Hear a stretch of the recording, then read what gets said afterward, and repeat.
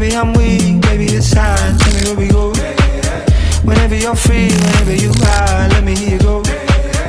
Maybe I'm weak, maybe it's time. Let me hear you go. Tell me where we go. Let me hear you go. Baby, it's sweet, we can go far. Tell me where we go. Whatever you need, give me stars. Let me hear you go. Baby, it's sweet, we can go far. Let me hear you go. Tell me where to go. Let me hear you go.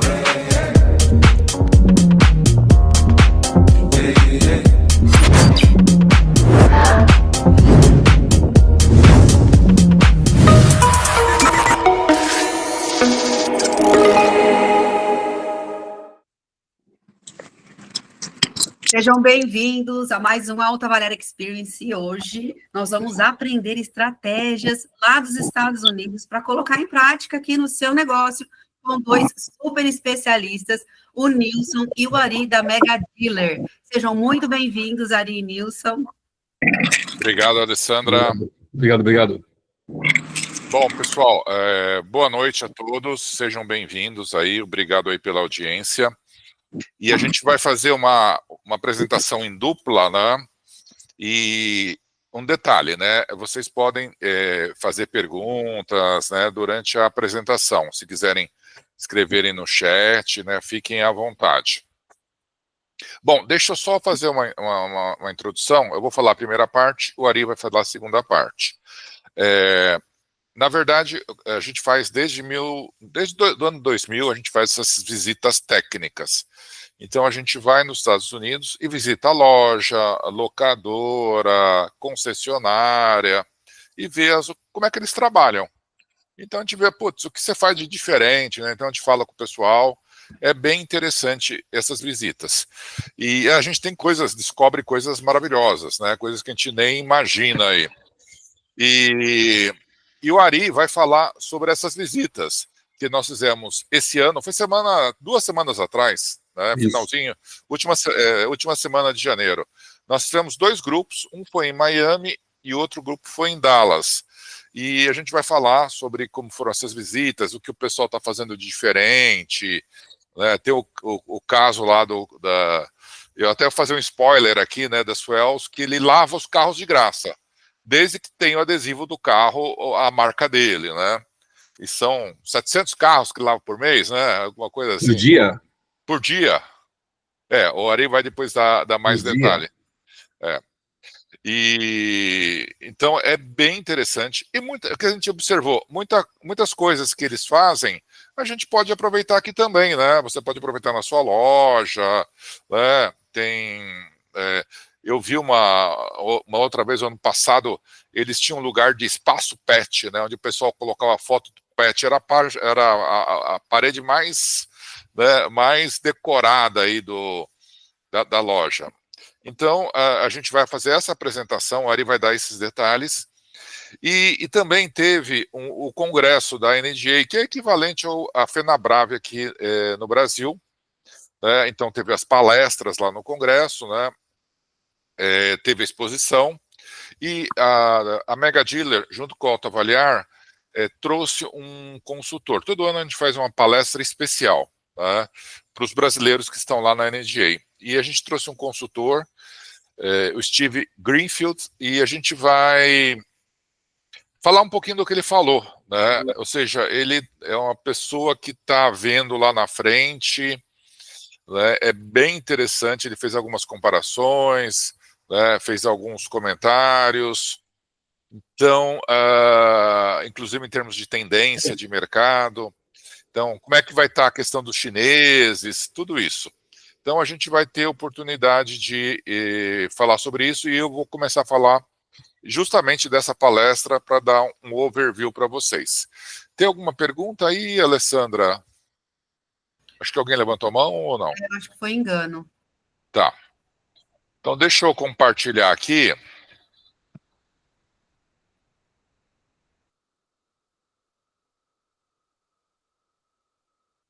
Só um minutinho.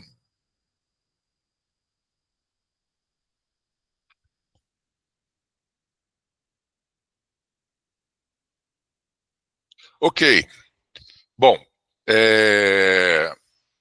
deixa eu falar um pouco. Esse é o Steve Greenfield. Ele é considerado hoje ele é palestrante, ele é autor de 3 livros, ele investe, ele é como esse aqui, um investidor, né? Então ele até tem no site dele uma aba de investidor.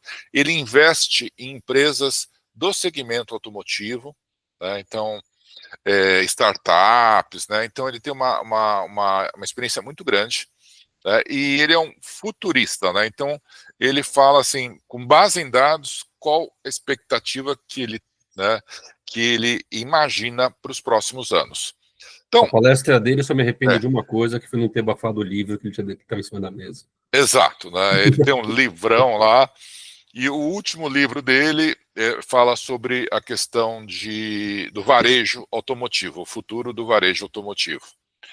Pessoal, mas assim, só para vocês entenderem, isso aqui são os 10 carros mais vendidos nos Estados Unidos agora, em 2024. Então, é bem interessante isso, que se vocês observarem bem, a Ford, né, F-150, a picape, é mais vendida. Então, você tem a Ford, o Silverado, que também é uma picape, entre as mais vendidas. A Toyota, o RAV4, que tem aqui no Brasil também. E aqui, na 4ª posição, a Tesla, modelo Y. Um detalhe interessante, tá? E muito importante. Não existe carro chinês nos Estados Unidos. Lá não tem BYD, Great Wall, né? Você tem a Tesla e aquelas marcas tradicionais, GM, Ford, né? Que tem carros elétricos. E aí você continua, só para vocês terem esse perfil aqui, né? O Honda CR-V, a picape da Ram, o GMC Sierra, o Camry, o Nissan Rogue e o Honda Civic. O que a gente pode observar aqui? Olha que interessante. E aí o Ari até vai falar depois da parte da Fiat, né? Americano gosta de carro grande. Então, você vê aqui, picape e SUV. Você tem 2 modelos aqui, você tem o Camry e o Civic, que são sedãs, né? Olha que interessante, né? Dos 10 mais vendidos, apenas 2 sedãs. O resto é picape e SUV. Então, isso já é um indicativo aí, né? Que a gente acha interessante, até que ponto isso pode ser replicado aqui no Brasil. Muito bom. Uma coisa que chama atenção, antes de mudar de página, é a Ram, as picapes da Ram, elas historicamente estão em 3º lugar, sempre Ford F, depois Silverado e depois Ram, e a Ram cai para 6º lugar. Eu vou falar um pouquinho disso na minha explanação. E aí, até aproveitando esse gancho do Ari, ele começa falando de como as marcas estão sendo ameaçadas, né? Ou seja, só para vocês terem ideia, a Nissan teve quebra de vendas, Volkswagen também, GM, a Stellantis teve uma quebra significativa de vendas, inclusive o presidente da Stellantis dos Estados Unidos perdeu o emprego em função disso, tá? Então, tirando as companhias, né, se você for analisar no mundo, né, as chinesas estão meio estáveis, as outras estão lutando aí, ou seja, não estão numa situação muito confortável. Muito bom. Agora um detalhe interessante, e depois eu vou pedir para o Ari fazer um comentário. Em 2016, eles compram, só para vocês entenderem, nos Estados Unidos, a maioria das pessoas compra carro por leasing. Então eles pagam a parcela. Então a parcela média em 2016 era de $478. Agora, menos de um ano atrás, em 2024, a parcela é $737. Então vocês viram como aumentou o valor da parcela, né? E aqui no Brasil, o Ari faz um trabalho muito bem feito, né, sobre a parte de performance de veículos usados, e a gente também tem o aumento do ticket médio antes da pandemia, né, e depois da pandemia, né, Ari? Você pode falar rapidamente. Antes da pandemia, ele era em torno de 40 mil reais, né, para ser mais exato, 41 mil reais. E após a pandemia, ele chegou aí em dezembro a 83 mil, janeiro deu uma recuadinha, vocês devem ter sentido isso no mercado aí para 80, 81 mil, provavelmente muitas concessionárias queimando aquele estoque que eles pegam em excesso durante o mês de dezembro para poder vender os novos e fazer os objetivos das montadoras. Então, a gente percebe que aqui também replica isso, ou seja, se lá aumentou o valor do carro, aqui também aumentou. Né? Só que tem um dado interessante, que é com relação à lucratividade. Esse gráfico, podem ficar tranquilo, que você olha assim, você assusta um pouco, né? Mas ele é bem simples. Né? Basicamente, ele analisa o lucro bruto por veículo vendido no varejo nos Estados Unidos. Né? Então, o que a gente percebe, tá vendo as colunas aqui, que é essa coluna verde? Azul escuro. Azul escuro, ela foi aumentando o preço. Então, 2019 aumentou, 2020, 2022. Então, o lucro em 2019 era $2.079 por carro, isso antes da pandemia. Em 2022, chegou a $6.000 por carro. E é mais ou menos também do que a gente passou aqui. Né? E qual que é a justificativa para isso? Se vocês verem essa linha azul clara, né, é em relação à parte de estoque. Então, a gente teve uma crise em função da pandemia, uma crise mundial aí em termos de estoque, e é claro, quando começa a baixar o estoque de peças, abaixa o estoque de carros, aumenta, né, o valor, o lucro. Então, em vez de dar desconto, eu paro de dar desconto, em alguns casos eu tenho até sobrepreço. Né? Mas o que a gente observa, esse efeito aqui, caiu, mas agora está aumentando o estoque de carros. E à medida que está aumentando, está caindo também o estoque de preço. E aí fica rentabilidade, né? A rentabilidade, exatamente. Mas fica um alerta para todos vocês. Fiquem atentos, não fiquem com o carro muito tempo em estoque, porque pode ser que haja o risco de ter uma queda de preço. Aí você acaba tendo um certo prejuízo. Então a gente observa, né, nos Estados Unidos que está acontecendo isso, né, e a gente sabe que muitas vezes o que acontece lá acaba refletindo aqui também, esses movimentos. Né? Nilson, o Manuel Madeira comentou que tem uma redução dos encargos financeiros. Né? Existe uma coisa no Brasil, comparado com Estados Unidos, para veículos novos, o estoque ideal numa concessionária é por volta de 30 dias de estoque, e para veículos seminovos entre 35 e 40 no Brasil. Nos Estados Unidos, eles gostam de trabalhar com estoque, eles gostam de ter uns 60, 75 dias de estoque. Por quê? Porque os juros lá, os encargos financeiros, são bem mais baixos que aqui. Né? A gente brincou que foi aqui é 1,8 o floor plan que as concessionárias pagam, né, para as montadoras manter o estoque, há um mês, e lá é 1,8 ao ano. Né? Então, por isso que eles gostam de trabalhar com estoque. E esse é um detalhe interessante, né? O pessoal trabalha bastante com estoque porque, né, em função da taxa de juros, permite que você tenha um estoque um pouco maior. Mas fica, né, essa consideração, né, que à medida que os estoques começam a se equilibrar, estoque de veículos, peças, ou seja, toda a rede já está praticamente normalizada, existe uma tendência de cair a lucratividade por carro. Então, é um ponto de atenção. Outro ponto, aqui a gente está indo para uma coisa um pouco mais ampla. Pessoal, aqui é a participação de veículos elétricos no total de vendas de automóveis. Então, o que a gente quer mostrar nesse gráfico? Olha que coisa impactante. Na China, quase 40% dos veículos vendidos são veículos elétricos. Na China. Em segundo lugar, vem a Europa, um pouco aqui, os 22%, 23%, né, dos veículos vendidos são carros elétricos. E aqui você tem a média do mundo. Né? No mundo, dá uns 18%, 17%, 18%. Do total de veículos vendidos são veículos elétricos. Nos Estados Unidos é um pouco menos, está batendo 10%.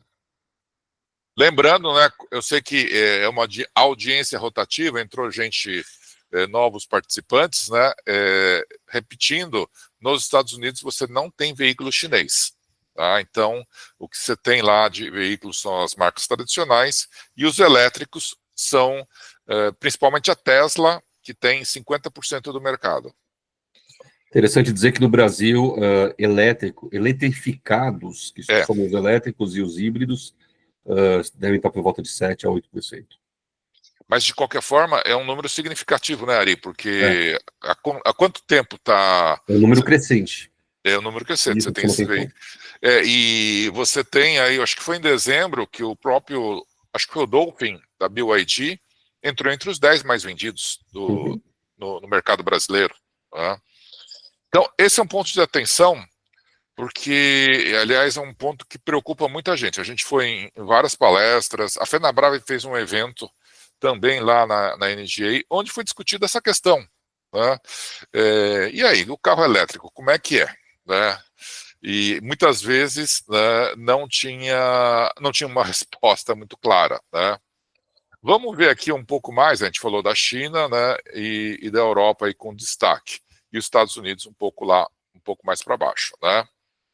Mas dentro desse universo de eletrificados, tem um detalhe muito importante. A gente percebe, olha por essa linha verde que está liderando aqui, que os híbridos estão liderando esse segmento. Eles vinham muito ganhando aqui do elétrico. De 2022, 2023, vendeu mais elétrico do que híbrido. A gente pode dizer que entre 2023 e 2024 tiveram muito próximos, né? Mas depois, no fim de 2024, começou a cair a venda de veículos exclusivamente elétricos. E os híbridos mantiveram lá os seus volumes de venda. Então, isso a gente está falando do mercado americano. Tá? Então, quem lidera, né, só por tipo dos eletrificados, em primeiro lugar os híbridos, depois os elétricos, e em terceiro o plug-in híbrido, que é uma participação pequena. Tá? A gente está falando de 10% de participação, o plug-in chega aqui a 2%. Né? Então, essa tecnologia de plug-in híbrido, né, é uma tecnologia aí que parece que também não tem muita... A tendência dela não é crescer muito. Tá? Duas curiosidades desse chart. Uma delas, um comentário de que 40% dos clientes de plug-in híbrido nunca plugaram os carros numa tomada para carregá-los, ou seja, compram um plug-in, mas acabam usando só gasolina. E o segundo comentário é, nas visitas que a gente fez às concessionárias, eu tive lá em 7 concessionárias, em todas elas a gente perguntava para o gerente lá de vendas, e ele falava assim, olha, a respeito de elétricos puros, e ele falava, quanto menos eu tiver elétrico puro, melhor. Porque esses carros não me dão lucro e me dão muita dor de cabeça. Tá? Perfeito. Até agradecer aqui o Manuel Madeira, né, nosso amigo, que fez até uma observação aqui. Muito bom. Vamos lá, seguindo. Né? Agora, um ponto que eu achei bem relevante, né, é a questão do carregamento das baterias. Né? E aqui esse gráfico demonstra assim, os motoristas que tiveram dificuldade de carregar a bateria em locais públicos. E isso vem aumentando, né? De 2021, isso é separado por quarter, ou seja, a cada 3 meses. Né? Então, saiu de 13% em 2021 para mais, no final de 2022, mais de 21% de motoristas reclamando, né, da dificuldade de abastecimento do veículo em locais públicos. Então, esse é um ponto de atenção, porque até a expectativa era, a partir do momento que crescer a demanda, ia ter mais postos de carregamento. Mas a gente está vendo que muitas vezes isso não está acompanhando. Né? E isso pode ser um entrave também para o crescimento, ou até uma justificativa por o elétrico puro, né, não está crescendo tanto. E até vem aí ao encontro do que o Ari falou, dos comentários dos gerentes de venda, né, com relação ao elétrico puro. Bom, e aqui que começa a ser um outro ponto aí, que a gente está falando muito de China, e realmente a gente tem que levar isso em consideração. Pessoal, no ano 2000, a China era responsável por 1%, menos 2%, né, da produção mundial de carros. Hoje, em 2024, ela é a grande produtora. Ela é responsável por 39% de todos os carros que são vendidos. Então, olhe que que coisa absurda, ela saiu de 2% em 24 anos, né, atingiu quase 40% da produção mundial de carros.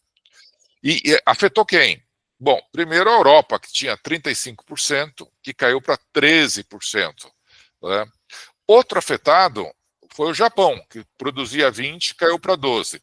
E vocês devem ter visto recentemente, né, as tentativas que a Honda, Nissan, Mitsubishi, ou seja, as empresas japonesas, estão tentando se unir, né, para combater essa liderança, essa predominância aí dos chineses, né? E o próprio Estados Unidos, que tinha 15%, né, e está hoje com 13% da produção mundial. Então, esse gráfico ele é muito, assim, eu achei um dos mais poderosos da apresentação do Steve, porque ele demonstra, no fundo, né, e pelo que a gente tem até de contato com a China, com montadoras da China, ele reflete o quê? A China quer ser o maior PIB do mundo. Ela quer ultrapassar os Estados Unidos e se tornar o maior PIB, né, do globo. E uma das formas dela fazer isso, né, tem vários produtos que ela pode trabalhar, mas uma das formas que ajuda ela a fazer isso mais rapidamente é a produção de automóvel. Então ela está investindo muito, tem mais de 120 fábricas e marcas diferentes de automóveis. Vocês podem até imaginar as marcas que já estão vindo para o Brasil, a gente fala de BYD, Great Wall, Jaeco, Omoda, a Zirx, né? Tem mais outras que estão vindo que a gente está acompanhando, né? E isso deve crescer ainda mais, sem falar de Chery, né? Além do que, existem algumas marcas próprias japonesas que estão produzidas na China também, né? De veículos elétricos e de veículos normais. Enfim, esse é o panorama. E o que a gente pode falar é muito interessante. Os mais antigos talvez se lembrem, né? O Made in Japan, feito no Japão. Isso mudou. Em 88 era isso, Made in Japan. Hoje é Made in China, feito na China. E aqui, esse gráfico, só para vocês terem uma ideia, em 98 era Japão, Estados Unidos, Alemanha, China lá embaixo. Hoje inverteu, né? A China, como a gente falou anteriormente, quase 39%, né? Japão caiu. E tem aqui, olha, tem um novo player aqui, que está pequeno, mas a gente sabe que esse player aqui é muito forte, que é a Índia. Né? Hoje a Índia é o país mais populoso do mundo. A Índia passou a China. Né? Então, é um outro player que a gente tem que considerar. Mas hoje a gente vê claramente que a China acaba dominando esse mercado de produção. E olha, né, outro gráfico aqui, que tem uns números assim, eu até falo, meio assustadores. Né? A China está produzindo, né, a capacidade de produção dela é mais de 40 milhões de carros. Né? Só que o mercado dela é de 22, 23 milhões. Ou seja, ela tem uma capacidade de produção quase o dobro do que ela consome. E para onde vai essa diferença? Né? Essa diferença vai para exportação, vai para o Brasil, vai para outros países. Afinal, eles têm que colocar esses carros em outras localidades. Né? Então, esses dados são de 2024, né, são dados estimados, mas a gente vê claramente, né, que na China eles vendem, resumindo, vendem 23 milhões de carros, produzem 40. E o resto é exportado. Só que tem um detalhe, né? A China tem uma população enorme. Se houver uma liberação de crédito por uma pequena parcela dessa população, né, eles já conseguem consumir todos esses veículos no mercado interno. Muito bom. E aí, já para encerrar a minha participação e passar a bola para o Ari, eu queria destacar, né, esse gráfico também que fala das revoluções que houve no mundo. Então tem a primeira revolução da mecanização a vapor, a questão das estradas de ferro, do aço e da eletricidade, do petróleo, produção em massa, a última revolução da era da informação, né, que a gente chama de quinta onda, e agora, o que está se falando? A sexta onda, né, que é justamente a idade dos produtos renováveis, né, dos produtos eletrificados, altamente eficientes e renováveis. E aqui, né, se antes nós tínhamos Inglaterra e Estados Unidos liderando essa revolução, a expectativa que a gente tem nesse momento de sexta onda é que a China lidere essa revolução de produtos renováveis. Ok? Muito bom. Eu gostaria agora só de finalizar, né, o pessoal pergunta, e o Brasil, como é que está a participação de mercados de veículos elétricos? Isso aqui, ele até, o Steve mostrou, né, com base nos dados da FenaBrave, 74% do mercado é BYD, 12% Great Wall, 9% os demais, e a Volvo tem 4%. Então a gente percebe que a BYD está muito forte, e em segundo lugar a Great Wall também está fazendo um bom trabalho em termos de conquista de mercado. E vocês sabem muito bem que isso é uma coisa recente, não chega a ter até 2 anos, né? Muito bem, pessoal. Alguma pergunta? Né? Fiquem à vontade. Dúvidas? Surgiu alguma pergunta, Alessandra? Não, só comentários. Ah, legal. Então, eu tomo a liberdade de passar a palavra para o Ari agora. Ari, vamos falar agora das visitas. Eu falei da NDA, né, da Vamos falar um palestra. pouco das visitas, isso aí. É. Eu vou centralizar um pouco mais nas visitas de Dallas. Nós tivemos em Dallas com um grupo de mais ou menos 20 pessoas, entre concessionárias e não concessionárias, tá? Então, vocês, lojistas, podem ir também no ano que vem com a gente aí. A gente sempre faz essas viagens aí no final de janeiro, comecinho de fevereiro. Então, a gente teve um grupo em Dallas com umas 20 concessionárias e um grupo em Miami com outras 20 concessionárias, tá? Um fator em comum que a gente fez questão de ver, tanto em Dallas como em Miami, são as marcas Tesla e Lucid. Eu vou falar um pouquinho das marcas daqui a pouco, tá? Foi uma missão principalmente do grupo da Assobrave, né, da Volkswagen, que esteve lá conosco, em Dallas. E a primeira concessionária que a gente foi uma Toyota Lone Star. É sempre bom, interessante ir em concessionárias Toyota, porque é importante essa visão de processos, né? Processos para a melhoria de qualidade, de satisfação do cliente. Nisso a Toyota sempre foi muito boa, tanto no Brasil como nos Estados Unidos, como no mundo todo, essa qualidade, essa padronização de atendimento. Então nós estivemos lá, e a primeira coisa que chamou atenção foi o baixo estoque, né? Não havia no showroom deles nenhum veículo sedã, não havia Corolla, não havia Camry, não havia nenhum sedã. E eles falaram, olha, uma das coisas importantes que a gente tem que fazer, e a gente tem que aprender aqui, é a trabalhar com um baixo nível de estoque, né? Vendendo com os carros que vão chegar ainda, né? Vocês viram que, embora o mercado americano seja um mercado principalmente de picapes e SUVs, ainda tem um peso grande nos sedãs, principalmente os sedãs das marcas japonesas aí de Honda e Toyota. Então eles trabalham com esse estoque baixo. Esse estoque baixo faz com que também eles irem um pouco em direção a pós-vendas e irem um pouco em direção à parte de usados, né? Então colocamos aqui alguma coisa de excelência no pós-vendas.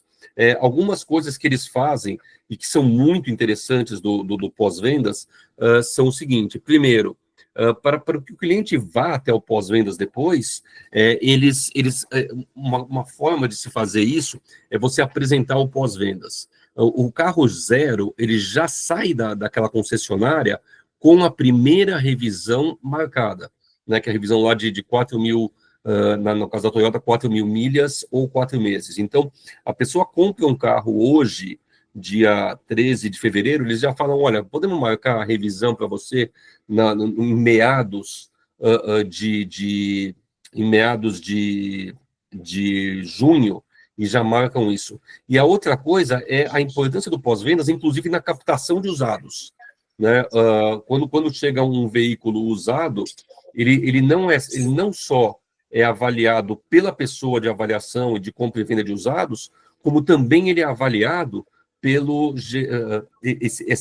gerente de pós-vendas que fala assim, olha, esse carro aqui vai precisar colocar $2.000, ou $3.000, ou $1.000, para ver que preço que pode estar fazendo naquele carro. Então, a pessoa, ter uma pessoa, e aqui vai a primeira dica para vocês, que a maioria são lojistas, ter uma pessoa com grande conhecimento na parte de custos e de como funcionaria a parte de revisão e de custos que vão haver naquele carro usado é fundamental sempre.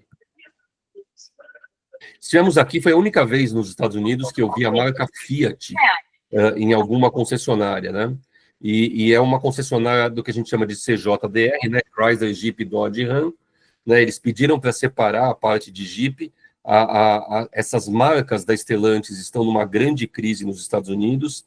Em termos de Fiat, uma curiosidade para vocês, o único carro que eles vendem lá é um Cinquecento elétrico, que obviamente não deu certo nos Estados Unidos, porque tem duas coisas que o americano não está gostando e não gosta, são carros pequenos, Cinquecento, e carros elétricos, que também eles têm uma preocupação muito grande.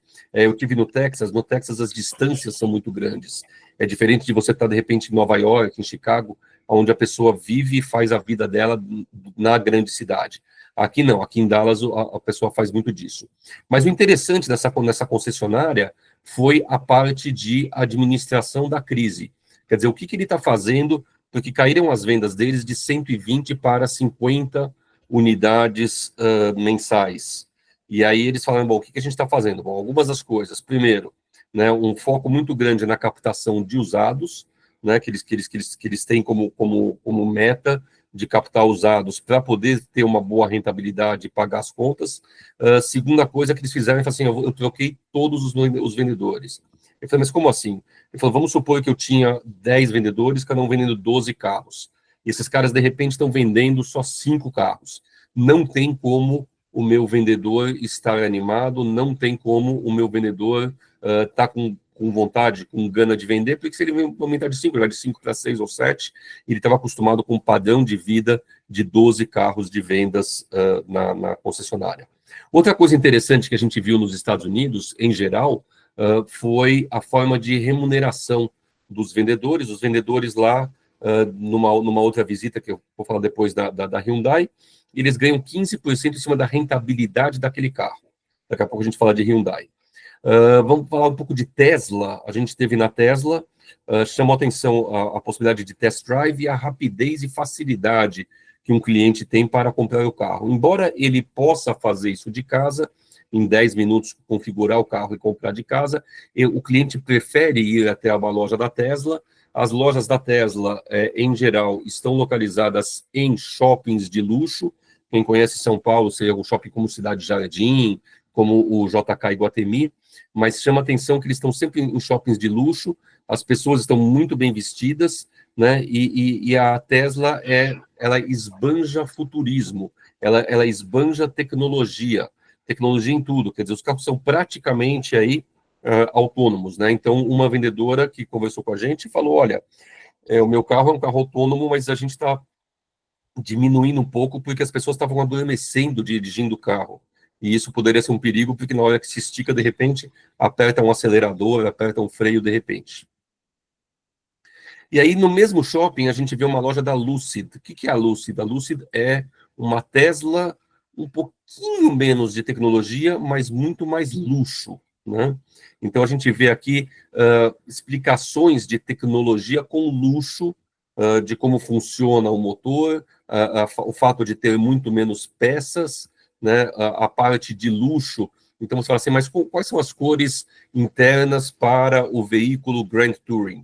Ele não precisa responder que existe o preto e o caramelo. Então, ele já mostra que é o preto e o caramelo, ele já mostra como que é o tecido, ele já mostra que, por exemplo, a porta do carro é o tecido sem nenhum furinho, mas que as cadeiras, os bancos são com furinhos. Então, ele já mostra tudo isso aí dentro da loja, quer dizer, uma tecnologia com um luxo muito grande.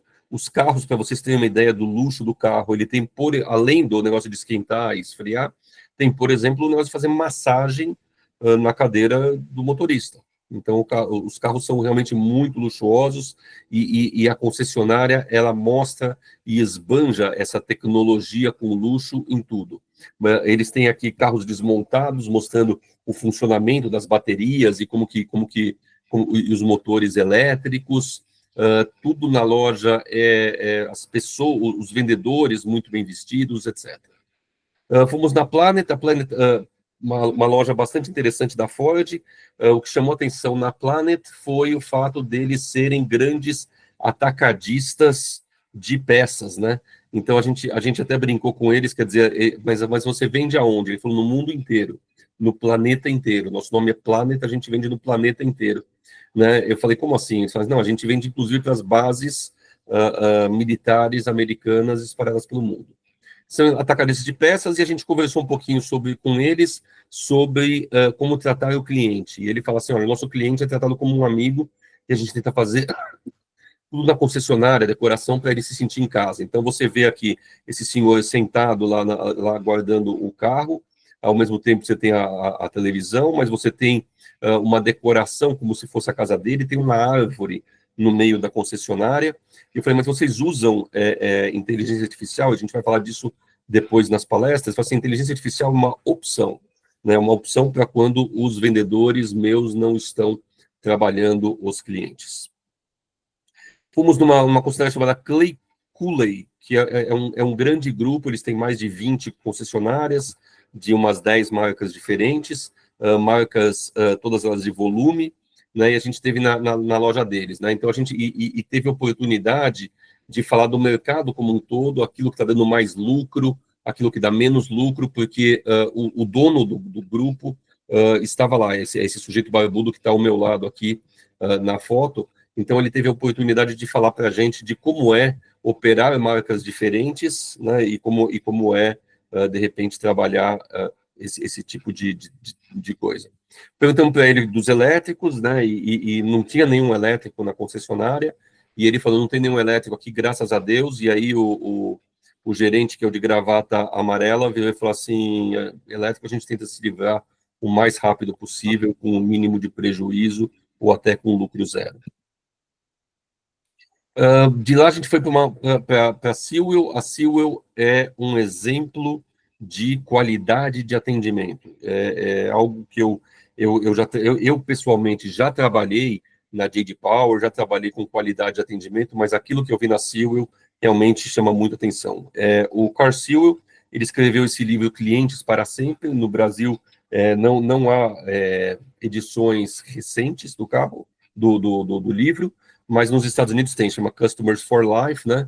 Como transformar um comprador de uma vez num comprador que compra a vida inteira com você, né? Então, e tudo na loja respira a qualidade.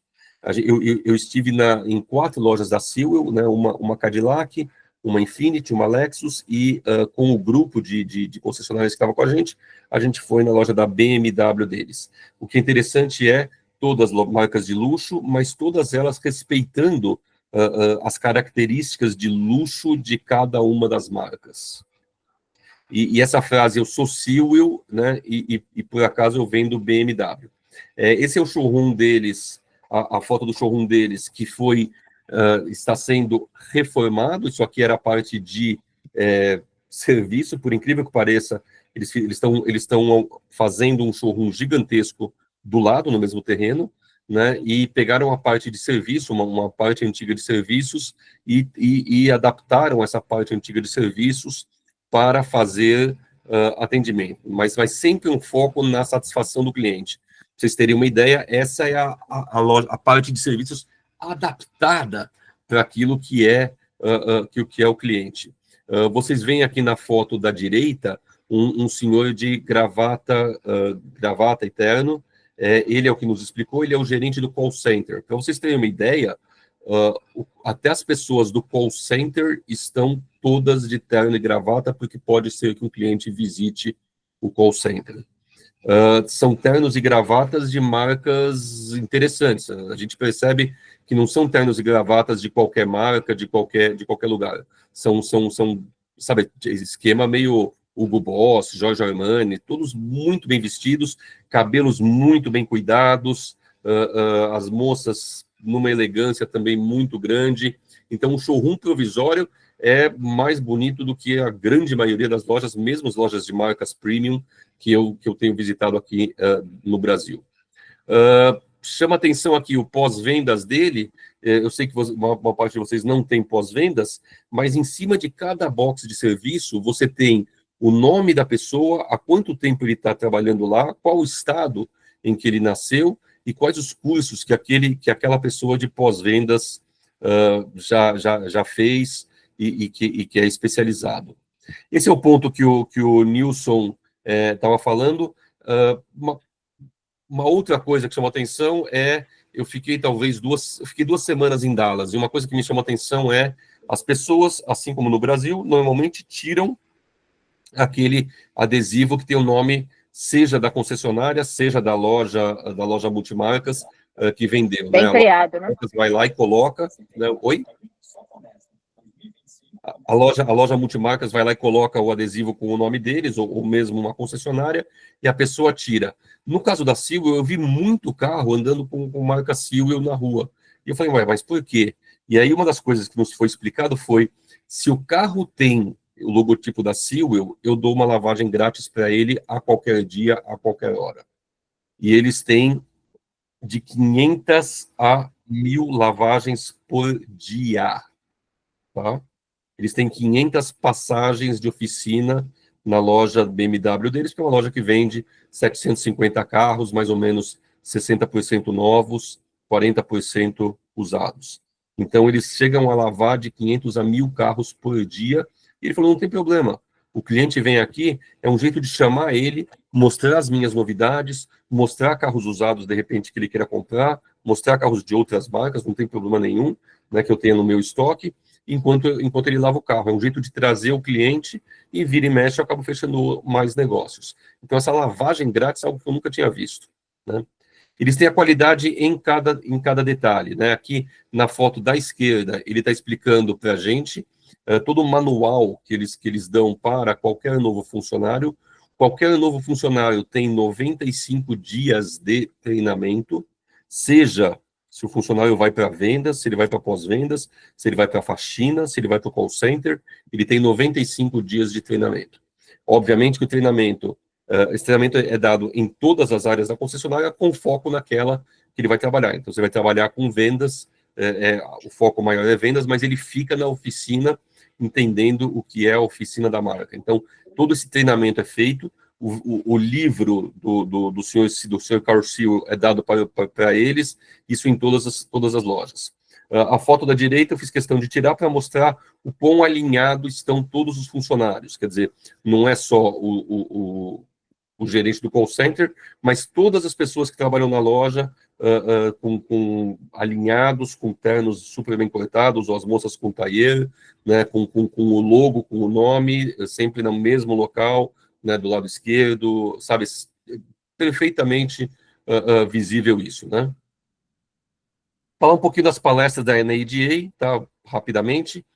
Algumas que chamaram a atenção, uma que eu quero mostrar para vocês, porque essa fala da avaliação do veículo usado, né? Então, a coisa mais importante na avaliação do veículo usado, identificar sempre qual a expectativa do cliente, definir, né, quais são as melhores práticas para você fazer na avaliação do veículo e aplicar isso aí, né? Aí no terceiro item aqui, desenvolver um processo para ter avaliações consistentes e o cliente não ficar ofendido, e saber como resolver problemas e variações das avaliações. Então, a coisa mais importante é você criar a confiança do consumidor através da credibilidade que você tem, da transparência e da informação. Eu vou entrar um pouco mais em detalhes do que foi isso, tá?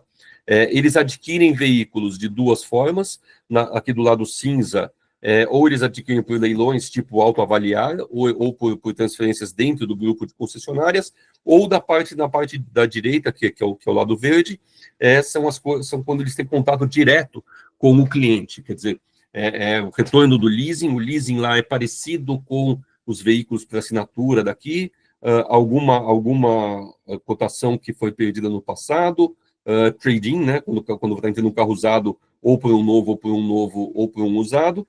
Service lane, quando eles compram o carro, e eles se importam bastante, né, de comprar o carro, fazer uma oferta quando o veículo está na parte de serviços, e vendedores privados que simplesmente vão lá e vendem os seus veículos. Mas o que eles falam é colocar sempre na mesma página, colocar sempre da mesma forma aquilo que é a avaliação de um veículo. Alinhar as expectativas do cliente, né? Então, quando você coloca você numa página, você fala assim, olha, o seu veículo vai ter um valor próximo de $2.766 de reparos para o seu veículo. Por quê? Porque nós vamos ter que melhorar aqui o ar-condicionado, nós vamos ter que trocar os filtros, nós vamos ter que trocar a bateria. Então, ele já fala para o cliente que esse valor vai ser descontado porque ele vai gastar esse dinheiro para fazer tudo isso e fazer tudo isso com qualidade dentro de uma loja, dentro de uma concessionária. Eles falam sempre de colocar sempre uma ótima oferta logo de cara, porque se você colocar uma oferta indecente, o cliente vai embora, né? O cliente vai embora, você perde o cliente, né? E é melhor você colocar uma oferta decente, boa, logo de cara, do que correr esse risco do cliente ir embora, nunca mais voltar na sua loja, e você não ter nem a chance de trabalhar uma contra-oferta, de trabalhar esse cliente. Ari, só complementando, a gente tem o costume, nesse momento de fazer a oferta, de jogar lá embaixo a oferta, a avaliação do carro, né, que está entrando na troca, justamente para depois ir negociando e subindo e tal. Né? Ficou bem interessante, né, a gente que destacou nessa palestra para não fazer isso. Vai muito próximo para ele te entregar o carro e você fecha negócio. Né? Aí aqui, quando você fala da oferta, ter uma página como essa, por exemplo, falando, olha, o que a gente tem aqui o que está de bom, o que está de ruim no carro, o que vai ter algum custo no carro, qual vai ser o preço aqui embaixo para fazer o recondicionamento, né? Colocar o que está bom e o que está ruim, e por que esse carro, de repente, trazendo para uma realidade brasileira, na tabela FIPE valeria um X, e por que você está oferecendo, sei lá, de repente, 10, 20, 30% a menos do que a tabela FIPE, que todos nós sabemos que é uma tabela muito mais, não é uma tabela de realidade, é muito mais para a cobrança de impostos, né? Ari, parece que tem perguntas, né, Alessandra? Robson, sua mão. Robson, pode abrir seu microfone. Bom dia. Bom dia, boa noite. Bom dia. Boa noite. Estamos em Xangai. Seria uma pergunta direcionada a Ari, mas Nilson também tocou nesse assunto. Hoje aqui em Salvador, todos os clientes nossos, eles sempre vêm com a ideia, eu quero a tabela FIPE, quero a tabela FIPE. Como você falou, Nilson, a gente, na primeira paga, a gente sempre dá uma proposta boa ao cliente para não ficar retornando e aumentando mais um pouco. Mas quando o cliente chega com essa ideia, tabela FIPE, quer sempre a tabela FIPE, como desmistificar, além de mostrar os danos que o carro dele tem, como desmistificar isso e tirar essa ideia da cabeça deles de querer sempre a tabela FIPE? Bom, Ari, deixa eu fazer um comentário, depois você complementa. Mas, Robson, todo mundo faz essa mesma pergunta, tá? Eu acho que é um problema aí que circunda o mercado. O que acontece? A tabela FIPE, depois o Ari pode ter mais detalhes, mas ela virou referência de mercado. Só que ela é usada principalmente para fazer cálculo de PVA, definir valor de seguros, né? E a gente sabe que, efetivamente, se você quiser até depois consultar, não sei se você conhece, né, o preço de paga, né, que, por exemplo, as concessionárias ou as lojas pagam, a gente tem a tabela da Autoavaliar, que tem isso. Né, e o preço da FIPE é o preço de venda. Então, realmente um trabalho de convencimento. Né, e o que eu falo muitas vezes, olha, esse preço é o preço que o seu carro vai ser vendido. Então, você tem que considerar o que você vai colocar no carro, a manutenção, né? Ah, eu vou ter que consertar a lataria, retrovisor, martelinho, né? Além do que, você vai ter que dar garantia. Ah, você vai vender direto, por exemplo, né, caso ele queira, ele tem que dar garantia de 90 dias no bem. Então, realmente não tem uma mágica, mas é justamente falar isso, né? A tabela FIP, ela não é referência para compra, é referência para venda. Eu não sei se o Ari quer agregar alguma coisa. A FIP é referência para venda. Nos nossos estudos aqui no PVU, que vocês devem conhecer, em geral, as concessionárias e os lojistas também têm comprado veículos entre 76% e 78% do valor da tabela FIP, investem em alguma coisa, sei lá, como 5%, 10% no condicionamento do carro, e tem uns 10% de lucro, que é dividido entre o dono da loja e os seus vendedores comissionados, algum gerente comissionado, custos de aluguel, de luz, coisa assim. A tabela FIP é muito mais um valor de venda do que um valor de compra. A compra no Brasil se dá em torno de 76%, 78%, que a gente vê nos nossos estudos aqui da Mega Dealer com os dados da autoavaliada, tá? Obrigado, Nilson. Obrigado, Ari. Quem não tiver estudo, depois é só entrar no nosso site lá da Mega Dealer lá, pedir o estudo prata, sempre tem uns detalhes bastante interessantes desse tipo e é bem barato. Ari, tem mais perguntas, né, Alessandra? Tem o Jorge. Pode falar. Boa noite. Falando em precificação de carro, uma coisa que me chama a atenção, todo mundo busca muita qualidade de atendimento e é muito bacana esse conceito. Só que aqui no Brasil a gente é refém de uma coisa que se chama Código de Defesa do Consumidor, que além da qualidade, é uma coisa que dá interpretação para qualquer justificativa, inclusive depreciação de carro, eu já escutei ação nesse critério. A minha pergunta é assim, quando você vê esse crescimento dos chineses, e a gente sabe que o chinês nem entende muito essa coisa de garantia de carro, vocês acham que o chinês que está vendendo no Brasil, ele está se preparando para isso? Ou a gente já tem que ir se preparando para uma curva de queda na hora que começarmos a ter esses problemas? Não sei se ficou clara a minha pergunta. Uma coisa, qual é o seu nome mesmo? Perdão, eu esqueci. É o Jorge. É Jorge. Jorge, uma coisa que a gente perguntou nos Estados Unidos é a respeito da depreciação de veículos usados depois de uns 3 anos em relação ao novo.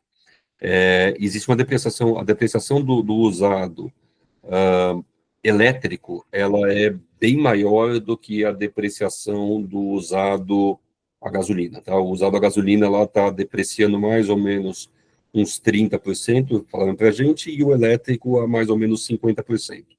O Brasil está uns 2, 3 anos atrás dos Estados Unidos em relação a isso. Não sei ainda como é que vai ser essa depreciação do veículo elétrico, do elétrico puro, tá? Não sei se eu te respondi, acho que tá. Mas vamos lá. Acho que tem mais uma pergunta, né, Alessandra? O João Pedro. Não, deixa eu ver. Era o Jorge que estava perguntando. Ah, o Jorge Pedro, desculpa. Ok. Pode Bom, sim. o importante é pegar aquela página, e a gente fala muito disso nos cursos da Mega Dealer, quer dizer, pegar aquela página onde está o valor, corrigindo alguma coisa, somando, mudando um pouquinho o valor, e repetir sempre esse processo, mostrando a credibilidade disso aí. Mas as coisas principais, né, você tem que construir a confiança do cliente, essa é a primeira coisa, do lado esquerdo. A segunda coisa é ter um processo padronizado de avaliação, e a última coisa é mostrar a sua vantagem competitiva, repetir o processo quantas vezes for preciso, para poder, de repente, captar aquele veículo usado como um todo. E aí a gente foi para uma palestra de inteligência artificial, né, e a gente falou assim, bom, como é que está esse troço de inteligência artificial? Porque está uma loucura, né, e tinha muita palestra lá a respeito de inteligência artificial. Então, algumas coisas que podem ser utilizadas na inteligência artificial na construção e achar novos leads, né, no uso da inteligência artificial, para ganhar mais lucro, né, o uso da inteligência artificial, fazer mais com menos, e a última coisa, criar a lealdade, né? Então, algumas coisas que são bem interessantes, né? Usar a inteligência artificial para gerar comentários para cada cliente, tentar forçar eles, tentar ver se o cliente coloca esses comentários até no Google, né? E aí uma outra coisa é responder 2 vezes mais rápido do que teu concorrente através de inteligência artificial. Por que tem que responder rápido? Porque o cliente quer uma resposta rápida para aquilo que ele está questionando. Então, 82% dos clientes querem uma resposta imediata. Ponto. Ele quer uma resposta muito rápida. 50% dos clientes falam que fechariam o negócio com a primeira loja ou primeira concessionária que responder a sua mensagem. Às vezes manda para mais de um, mas fecham com aquela primeira. E 30% dos clientes, de fato, acabam fechando com um competidor, mesmo que esse cliente tenha sido seu cliente no passado, ele troca você por um competidor se a tua resposta para o lead dele, a resposta para aquilo que ele está perguntando, foi muito lenta. Então, a coisa é ser rápido. Você tem que responder rapidamente a todas as perguntas e automaticamente, e ao mesmo tempo em que você responde rápido e automaticamente, tem que manter um calor, que eles falam, né? Manter uma forma de negociação que seja bastante interessante, quente, que o cliente perceba. A coisa mais importante é uma plataforma de inteligência artificial, ela vai te ajudar mesmo quando você estiver fechado, né? Elas funcionam 24 horas por dia, 7 dias por semana, né? Não tira férias, não está almoçando, né? Então é bom você ter isso muitas vezes, nem que seja como reserva, mas ter isso para responder rápido para o seu cliente, né? Os clientes, por outro lado, querem uma experiência personalizada, 81% deles falaram que eles querem uma experiência personalizada, mas eles têm você tem a possibilidade sempre de fazer a coisa através de inteligência artificial para auxiliar aquilo e ganhar velocidade. Quais são as coisas mais importantes em inteligência artificial, né? Eles colocaram isso aqui. O BDC, na verdade, é o Business Development Center, quer dizer, onde eles têm todo o histórico dos clientes, tudo isso aí, né, na primeira linha.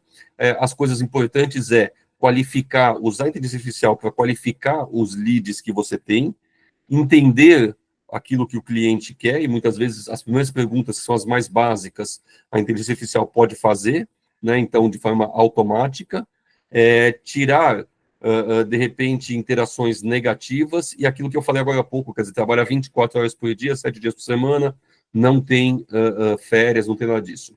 Finalmente, como conclusão, a gente pode dizer o seguinte, se o seu competidor já está pensando em trabalhar com inteligência artificial e você não, você está ficando para trás. Então, não fique para trás, corra, né, e faça alguma coisa através da inteligência artificial.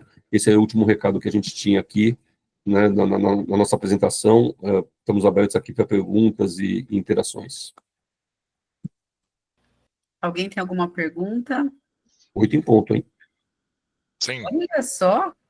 Ó, Robson. Vamos lá, Robson. Nilson e Ari, perfeitas colocações, gostei demais da apresentação. Nilson, a linha de raciocínio que eu tenho aqui e que eu passo para todos os avaliadores aqui do meu grupo é essa linha de raciocínio que você falou, e que a gente tem que mostrar ao cliente mesmo que o carro dele tem alguns defeitos, que a gente tem que dar garantia e buscar mesmo comprar o carro. Então, nosso avaliador hoje, ele é um comprador, ele senta na mesa com o vendedor, compra o carro do cliente, literalmente. Mas foi ótima a apresentação, muito interessante. Alguns pontos aqui que eu não vislumbrava, eu peguei mais com vocês e espero poder ter mais. E muito obrigado pela apresentação. Obrigado, Robson. Mais uma pergunta, Alessandra, que tem aparecido? Acho que é isso mesmo. Muito obrigada, Nilson, Ari. Obrigada, pessoal, que ficaram aqui, olha, até as 8. Boas vendas, boas compras e até o próximo Posso só falar Alta rapidinho. Vanilla Experience. Espera que tem acho que Tem o Germano. Germano. Não, só... Opa, A Germano levantou a mão, isso. pessoal, tem ideia de fazerem mais uma dessas viagens que ano passado, quando foram, eu queria ter ido, não pude, e tem alguma programação para fazer outra? Nós temos a viagem, ela é uma vez por ano, a gente aproveita o NADA para poder fazer visitas, palestras exclusivas da Mega Dealer e Autoavaliar, e as visitas aos estandes para ver coisas interessantes, e visita e palestras interessantes. Não tem um outro congresso nos Estados Unidos, a gente está estudando se a gente vai, de repente, para algum outro lugar do mundo, mas, de qualquer forma, em janeiro do ano que vem, a gente vai estar de novo nos Estados Unidos. Complementando, pode anotar na agenda, vai ser do dia 3 ao dia 6 de fevereiro, o ano que vem. Então, nesse período, um pouquinho antes, a gente faz a visita. Isso é certeza que a gente vai. 2026, fevereiro, início de fevereiro de 2026. Mas podem surgir outras visitas, outras viagens, inclusive uma que a gente está discutindo, para a China, né, Ari? Vamos ver como a China, se vale a pena ou não vale a pena a gente conseguir montar um grupo para a China, onde vocês teriam aí o contato com todas as novas tecnologias e o outro grande mercado do mundo. Né? Se no mundo se vende pouco mais de 90 milhões de carros, são 23 milhões na China, 17 nos Estados Unidos, os dois juntos são 45% do mercado do mundo. Pessoal, o Manuel Madeira levantou a mão. Manuel Madeira é nosso amigo de Portugal, né, Manuel? Que horas são aí? Aqui são 11 da noite. Eita! Ele teve conosco lá também uma boa parte da visita. Quando quiserem vir a Portugal, também podem visitar aqui a minha loja e o meu negócio. Hoje esteve aqui um compatriota vosso, o Marcos, esteve aqui comigo. Esteve aqui 2 horas comigo de manhã, estivemos a falar do negócio. Estão à vontade, porque eu conheço bem o negócio no Brasil, conheço bem nos Estados Unidos, conheço bem na Europa, em Portugal, e podemos conversar um bocadinho. No entanto, ó Nilson, estão aqui muitos lojistas, não estão? Sim. Eu também tenho loja. Trabalhei muitos anos em concessionárias, geri concessionárias e passei depois para a parte dos usados, que é ainda mais interessante que o negócio do carro novo. Gostava de vos alertar para uma coisa. Vocês, na questão dos chatbots e do atendimento recorrendo à inteligência artificial, hoje o Brasil está muito à frente dos Estados Unidos. Esse processo está um bocadinho atrasado nos Estados Unidos, e vocês no Brasil têm plataformas já muito... Eu até pus aqui um player importante no Brasil, que é a BlipAI, tem plataformas muito desenvolvidas nesta área. E eu recomendo vivamente a darem uma atenção especial a isto, porque nós gastamos muito dinheiro para colocar carro para vender na internet e depois o cara manda a lead fora de horas e ninguém lhe responde. E uma lead respondida ao fim de 24 horas é uma lead cadáver. Dali já não vem negócio nenhum. Ou seja, eu diria que se tivesse que olhar para 3 ou 4 critérios importantes para quem está a gerir loja, neste momento olhava para o tempo de resposta a leads, e quando eu falo tempo de resposta a lead, devemos ter como objetivo uma resposta instantânea. Qual é a importância de termos uma resposta instantânea? É que provavelmente nós vamos nos conectar logo com o cliente porque ele está a ver o nosso carro na internet. Ou seja, há uma contextualização da comunicação com o cliente que, se respondermos ao fim de 20 minutos, ele já se levantou, já foi fumar, já viu o outro carro do outro cara e já não se lembra mais do nosso carro. E eu tenho visto isso num projeto que implementei, que era a lead ao minuto. O objetivo era responder às leads no prazo de 1 minuto. Implementámos isso numa concessionária e o que nós percebemos é que a resposta instantânea gerava logo conversação. A resposta a posteriori, a maior parte das vezes não gerava mais nada, ficava por ali. Então, nessa concessionária nós implementámos, tínhamos uma escala de serviço para os vendedores no digital e havia um vendedor que respondia no minuto par e outro vendedor que respondia no minuto ímpar. E depois, ao fim de 5 minutos, a lead ficava aberta para toda a gente. Vocês podem crer, havia vendedores a responder à meia-noite, à 1 da manhã, às 7 da manhã, porque o cara não quer perder negócio, quer vender e quer ganhar a comissão e tem que agarrar aquela oportunidade. Portanto, eu diria que um critério é tempo de resposta à lead, é crítico. Não faz sentido estarmos a gastar dinheiro na web motors, que os anúncios não são baratos, e depois recebemos uma mensagem e respondemos no dia a seguir, ou 24 horas por dia, ou 3 horas depois, não tem sentido, não é? Outro critério que eu diria que é da máxima importância começar a olhar para isso amanhã de manhã é olhar para a nossa reputação online. Nos websites em Portugal, os concessionários e os lojistas já começam a ter uma pontuação online, ou seja, quando o cara está a ver o nosso carro, aparece a classificação desse lojista ao lado do carro, e posso-vos dizer que, à semelhança dos hotéis e dos restaurantes, o comprador do carro também está a tomar decisões por reputação online. Portanto, se nós não tivermos essa preocupação e não tivermos isso como a primeira coisa que falamos com a nossa equipe todos os dias na loja de manhã, muitas vezes quando nos viermos a perceber do problema já é tarde mal, já é tarde demais, porque a nossa imagem já está muito manchada na internet. As concessionárias... Diga. As concessionárias que a gente visitou, nós perguntamos um pouco do tempo de resposta para a lead, na Toyota e na Hyundai, eles falaram, olha, no máximo 3 minutos. No máximo 3 minutos. Eu acho que é importantíssimo hoje ter um foco na resposta instantânea. Eu posso-vos dizer que nós, nesse projeto da lead ao minuto, reduzimos o horário de funcionamento dos colaboradores na loja. A loja começou a trabalhar num horário muito mais reduzido e foram dadas ferramentas e meios tecnológicos para os vendedores, quando saem da loja, terem um portátil para levarem para casa, bons telemóveis onde são notificados quando entra uma lead e dar-lhes mais qualidade de vida e mais liberdade.